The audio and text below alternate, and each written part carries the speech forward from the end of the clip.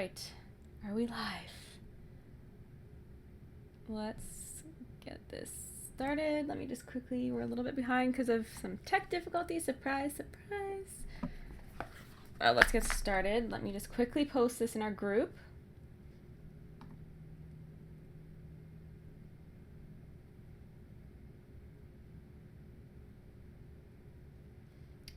I'm posting.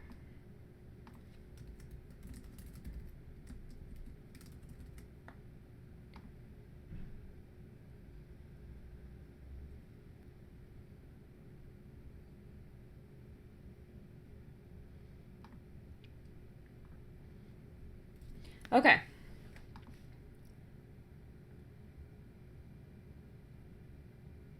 I think we're good, but I really want to hear if you could type in the chat function just to the bottom. I think it's in the bottom right part of your browser, and let me know that you can hear me okay and that you are here. I'm new to this platform. Just took me some time to figure it out.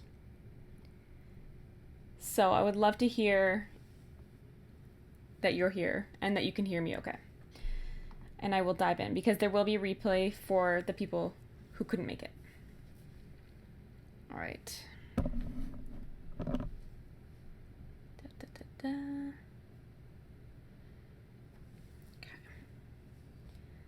Just trying to see if there's somewhere I can see that there are viewers.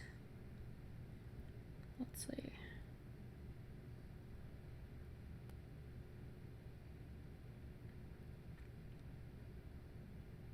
Okay. Well, we're going to dive in and hope for the best. So, tech difficulties have become my best friend, and I'm slowly starting to be able to deal with them, I guess. All right. So today I wanted to dive into a topic that is kind of near and dear to my heart because it's become such a huge beast of a topic in any business and not just yoga businesses. So it's social media branding, and social media is a term that is just so broad these days. It's everything from Facebook to Instagram, Twitter, LinkedIn, Pinterest, like everything. Social media can be webinars and your email list, and there's just so much going on in the social media world. So it's a very, very, very big topic, and I wish that we could cover absolutely everything today that I have to tell you, but of course it's a lot. So I am going to cover a few tips that I think are essential to getting started, and I really want to hear from you if you have any questions or feedback or you have any comments to make. So I'm going to try and stop a little bit throughout and ask some questions, and if you've found the chat function on this this platform, this YouTube live streaming. See, this is social media too. It's just so much. But if you've found the chat function and you can pop in there and just give me a little, hi, I'm here. I would love to say hi back and see who's tuning in today. And give you a little shout out. But again, if you do have any questions along the way, then please pop in there and just let me know. I'm going to just make sure that I can hear.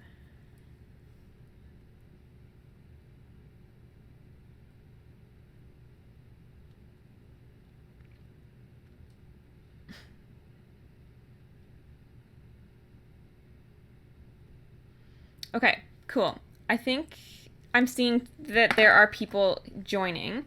So I am going to pop out the chat function here so that I have access to see it. And let's just dive into the content. So, social media. Basically, what I want to touch on with this is how we can start to use our social media platforms in a little bit more of an effective way for our yoga business and for yoga teachers specifically, because as we take on the seat of teacher, we are putting things out into the world in a very, very grand way. And what I mean when I say that is that we have access now to so many people.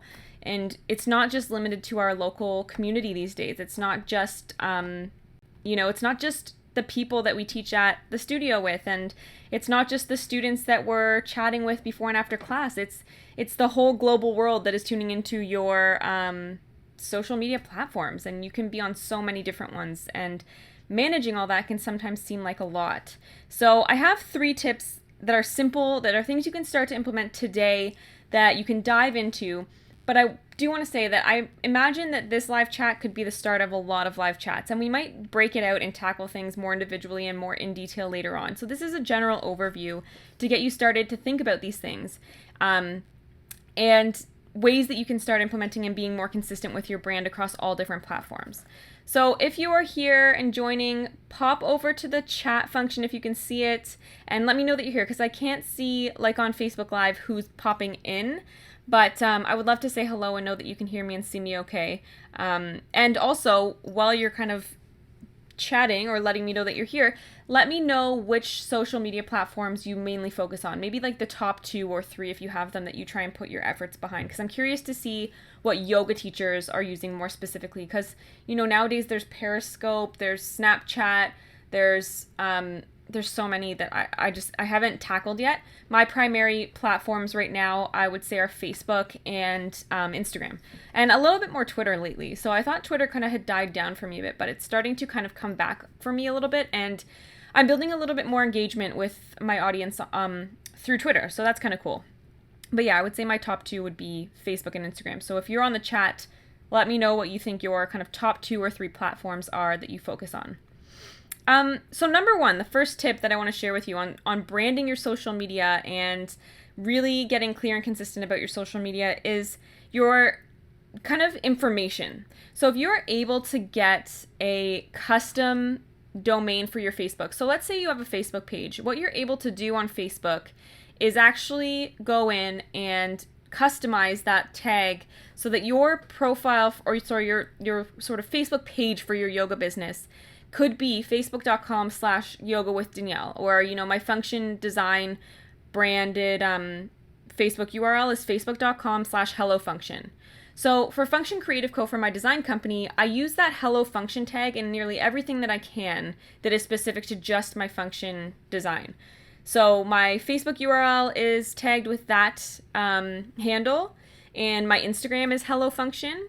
My URL for my website is hellofunction.com. So you can see that consistency carries across it. So that if someone comes across me on Facebook where they see hello function in the URL, and then they find me on Instagram with the hello function as well, it's very easy to make that connection. So if you're able to find the same handle across all platforms, then that's a bonus, and that is such a good way to be consistent and have people making the connection for you. For you being a yoga teacher and knowing that they're seeing the same person. Because remember, when we're going through the branding process, we really want to stay consistent and make it super easy for our audience to be making the connection between all of our kind of interactions and platforms. Anything that we're putting out, we want them to easily say in their mind, aha, that's Danielle, she's a yoga teacher. So we want to make that easy. So by having that same handle or the same vocabulary that you can use for those things, you're making it a lot easier for your audience. And the same thing goes, with your biography. So how we have a little blurb where we can put in, a tiny little biography or a few lines of what we do or our title. Try and keep those as consistent as you can, so that if people come across your Instagram and it says, a few little things about who you are and what you do, and then they go into Facebook and they see your little about blurb and it's sort of similar. Maybe they find you on Pinterest and it's similar again, and you have your URLs all the same, and everything is kind of consistently saying what you are, what you do, what you can offer, whatever you choose to put in those biographies and those profile little blurbs. Try and keep the language consistent. Some platforms may call for different things. If you have an opt-in or something and you want to customize that on Instagram or customize the URL, by all means do that. But just try and keep some element of consistency, especially if you can't get that same handle, so that you can be easily helping your audience make those connections. So your language and your handles and the way that your profile settings kind of look should be somewhat consistent. Cover photos on your maybe Twitter and Facebook, similar style maybe, or some element of consistency, so that people can recognize you. Because how many times, and I don't know if it's happened to you, but it's happened to me, where I will come across someone in, my life, my day-to-day, whatever, and it'll click for me like, oh, I followed that person on Instagram for a long time. And that click automatically brings a factor of kind of trust and knowing who that person is, which ups the level. It ups your relationship with that person, and it makes that connection far easier to make in your own head. So that would be my first tip, is to stay really consistent with the language, with the handles, the biographies, that sort of thing. And then my second tip is to use a minimum of one element of your brand to stay consistent across all of your posts. So let's think about this for a second. How many times have you come across an article maybe that someone's shared on Facebook only to reference it or want to reference it later? So let's say you found something really interesting on Facebook and you clicked it, you read it, and you're like, okay, I need to go home and make sure I read that again because I don't have time right now maybe to sit and read it. But, you want to make reference to it later. Luckily now Facebook has a feature where you can save your links, which I've been using. But let's say that you're like me and you come across an article and you're like, I'll remember to look at that up.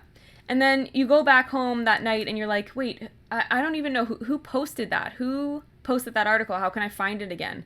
So having anything that you share that is yours, that maybe a blog post that you've put out or any imagery that you are putting out into the world in your social media, try and have one element of a brand consistency with that. So whether that's your colors, your logo, your fonts, try and stay visually consistent so that when people are seeing these things very quickly in their newsfeed and they're scrolling super quick, they will make the connection that it's you. You've put that out and it's your content, and they think back and link back to you being a yoga teacher.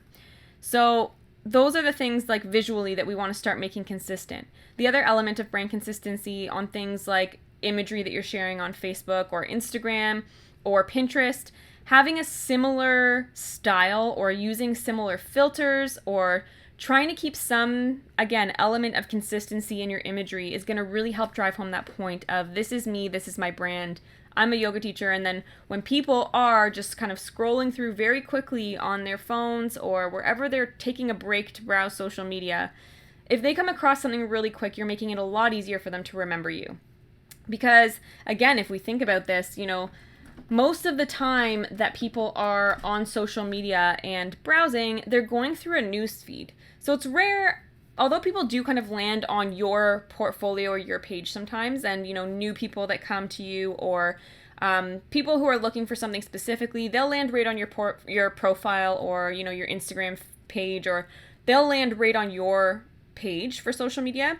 But I would say 80% of the time, and that's just a number I'm kind of throwing out there, but I would say a lot of the time, most people are actually just seeing your content by browsing their newsfeed. They're not seeing you specifically, they're seeing content. So, while we might be thinking that people are going to know who we are and know that it's us because they're on our Instagram page and they'll see our picture, think about the person who's just laying in bed before they go to sleep and they're browsing Instagram super fast and you're just a picture in a newsfeed, or on Facebook, you're just an article on a newsfeed. And you want to make sure that you're using any opportunity to not be really spammy or in your face about your brand, but having some element of consistency where it's really easy for someone to see that content and know that it's coming from you.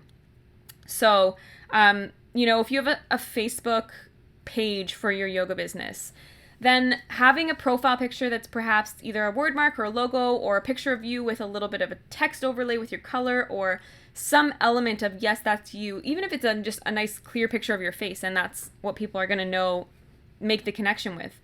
Just make sure that you have some element of imagery consistency, text consistency, language consistency, logo, word mark, whatever it is, at least one element that is consistent in that post or that imagery. So that's kind of a really important aspect of putting images and content out there.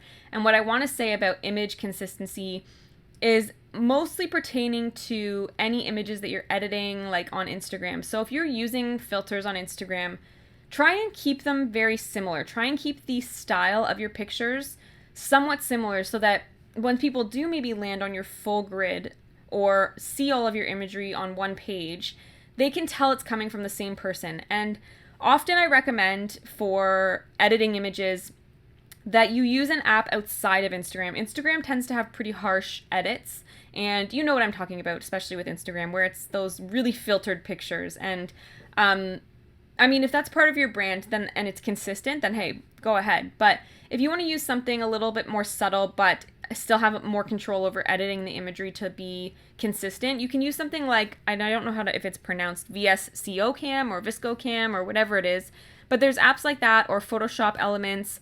There's apps where you can go in and just subtly adjust things and edit things without it being super harsh. But if you're going to do edits, try and keep them consistent. The other thing I want to mention on that is sharing imagery in your posts.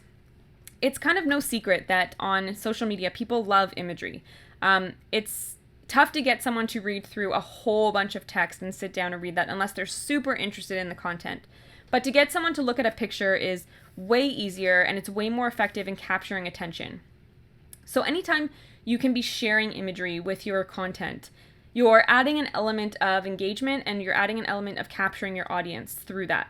So creating imagery, if you go onto something like canva.com, or you're able to use some sort of app on your phone, your smartphone, to edit pictures, you can be creating your own branded templates. So, on Instagram or on Facebook or Twitter, when people are sharing quotes, they're using other people's images. And unless they're giving credit for that, I don't find it very ethical to be using someone else's image if you're not directly crediting that person. And it's also not effective in helping you and your brand at all. You're not showing people that you've created that content. You're not showing people that it's coming from you. They're just seeing a picture and a nice quote in their feed, and they're not making any association or connection. At least the chances are less likely.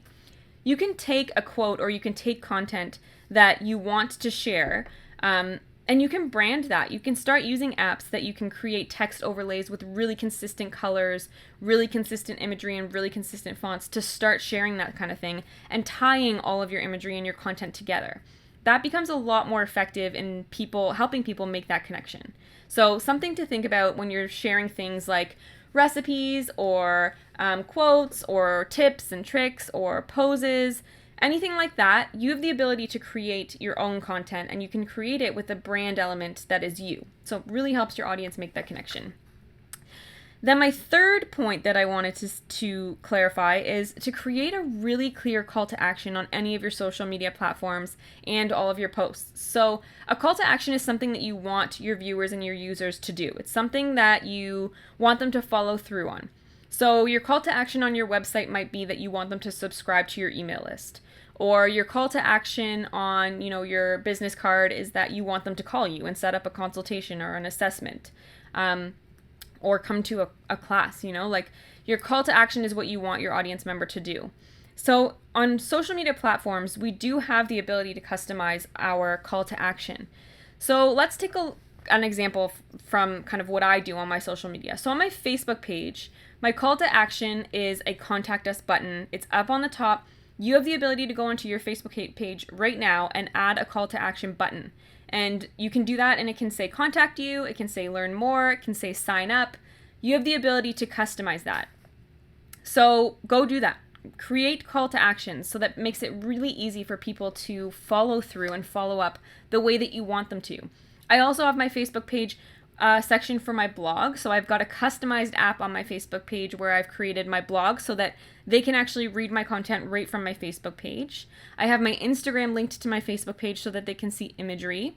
And, you can add these things. You can add email signups right onto your Facebook page through a custom app. And you can be creating your own graphics for your app. So you can head over to facebook.com/HelloFunction now, and you'll see what I mean with the custom apps and the call to action.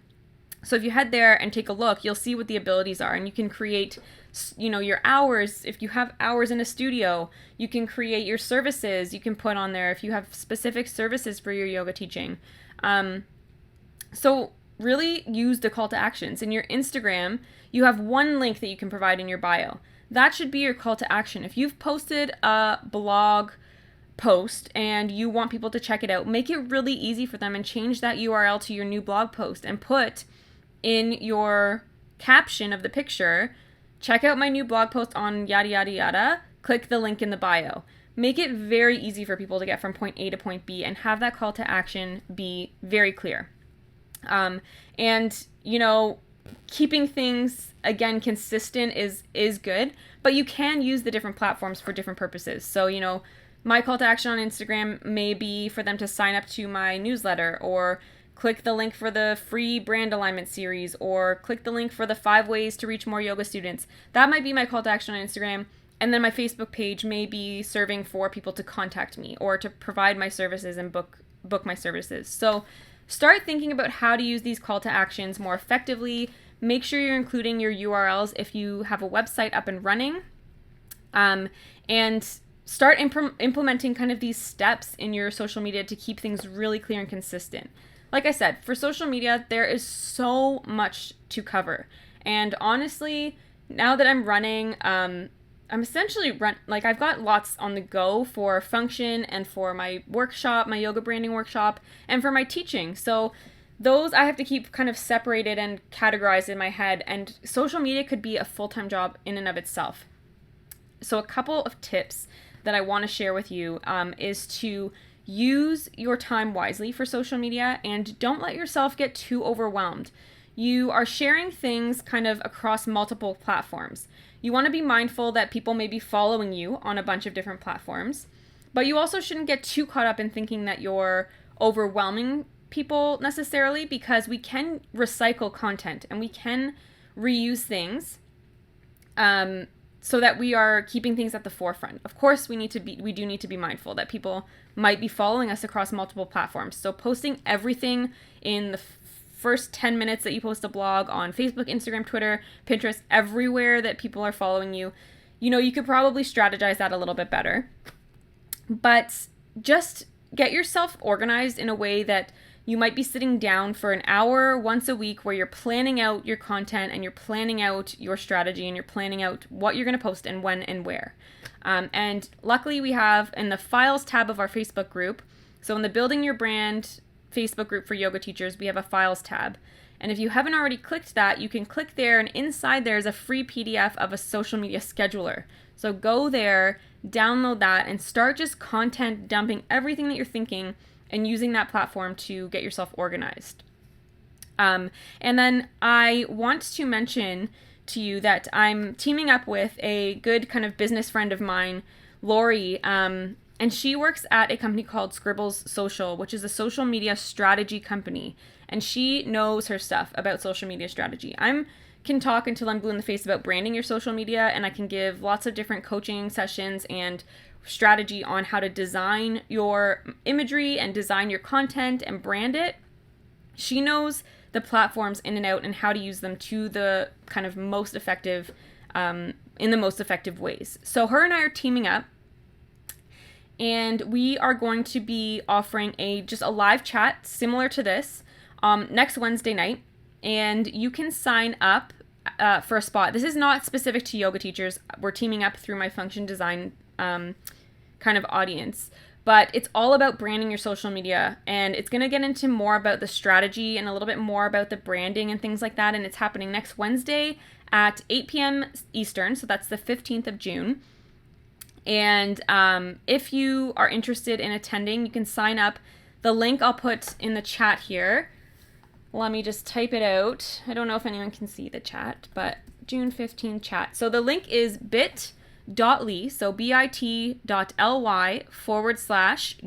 15 chat. So June 15 chat. And that is a link to sign up for that.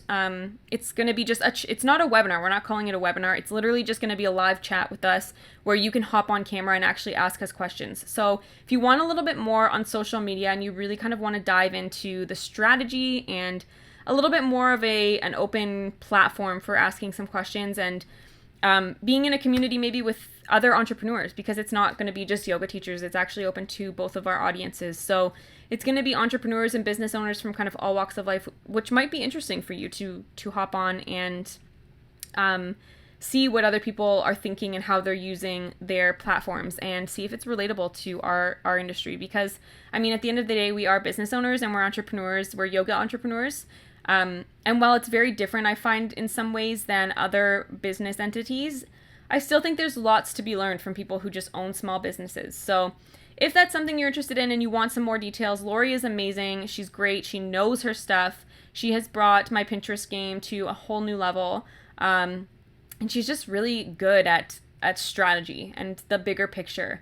And she has some cool free things that she's offering. And like I said, this isn't going to be a webinar. It's going to be literally just like a live chat like this. We're not pitching or promoting, just free content and free things. And yeah, it's happening June 15th. So that kind of covers the social media branding. I did want to make one more point to you about yoga teachers specifically and branding ourselves on social media. And that is to be very mindful about what we're putting out into the world, because as teachers, we sit in a seat of authority.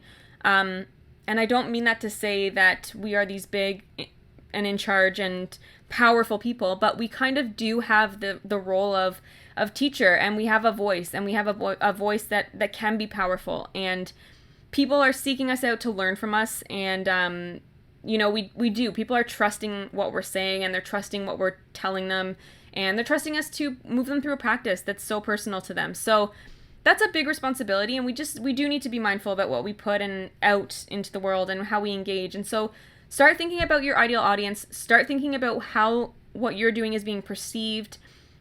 And for an example of that, I've said it before, if you're really striving to work with beginners, then putting up a lot of pictures of you doing handstand and scorpion and these really complex poses might not be resonating deeply with them. It might be really intimidating to someone who's just beginning. By all means, we should be sharing our own journey and our process, but just be mindful about maybe how often you're posting these things, and just knowing and doing things with intention and knowing how people are seeing us and hearing us is really important to reaching the right audience for you and your yoga business. So I don't see anything in the chat. I don't know if that means that you just didn't find it, or if YouTube is lying to me and that there's no one listening, which is okay because there'll be a replay. But if you have questions, do put them in the chat, or come on over to the Facebook group and ask any social media kind of questions that you have. Ask us there, and I'll be there. I'm there hanging out all the time. I'm in the group hanging out very, very often and lots during the day. So if you have questions specific to branding and social media platforms, then hop over there and let me know, and I'll get back to you and kind of respond as I see that I can. And I think that about covers what I wanted. I don't have any questions, so we're ending a little bit early. I had a little bit of a late start because of this YouTube platform. Seriously, technology, I just wish we could all be in one room and chatting about this together in person where we can connect, but this is what we have to work with, and I'm still working out how to make this happen for us consistently and regularly and more reliable. But we're going to just thank you for bearing with me, and thank you for sticking with me as I sort through all of these technical things. And I will see you then on the Facebook group. So again, that's if you're new to this chat and you're finding us for the first time on YouTube, our Facebook group, Build Your Brand, Yoga Teachers Community, is great, and it is, engaging people in conversations all about branding, building your business, being more sustainable, and just building a career and a yoga path that you're proud of and happy, and that you can show up to in a very authentic way. So thank you so much for joining live if you're here, and if you're seeing this in the replay, thank you for tuning in, and I will see you all super soon. All right, bye.